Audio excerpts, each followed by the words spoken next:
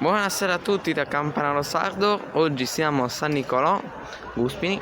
Abbiamo un concerto di 4 campane che vediamo un po' qua, la grande, di cui la grande che vediamo qui in primo piano, la seconda che è da quella parte, la quarta dietro, sono fuse da Capani nel 1974, mentre la terza che è da questa parte nel 1711.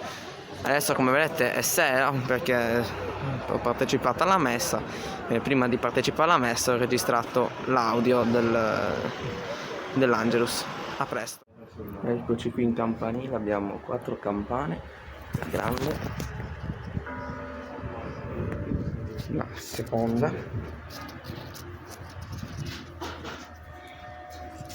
la quarta e la terza.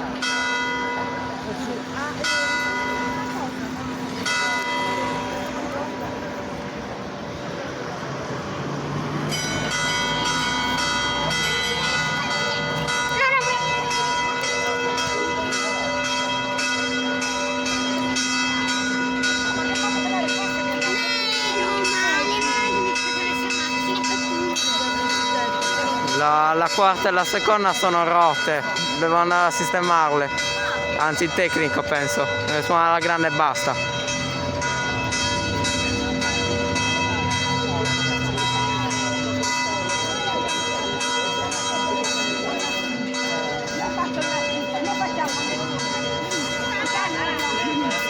Sentiamo anche la grande che fa sforzi a colpire la campana, ha smesso.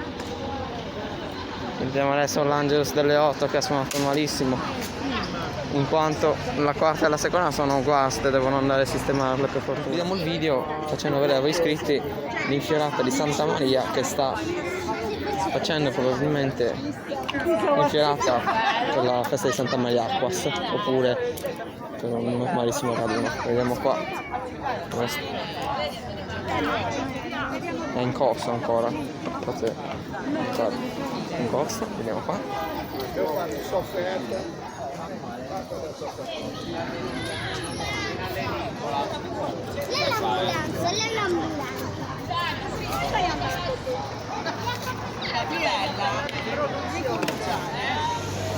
Eccola qua.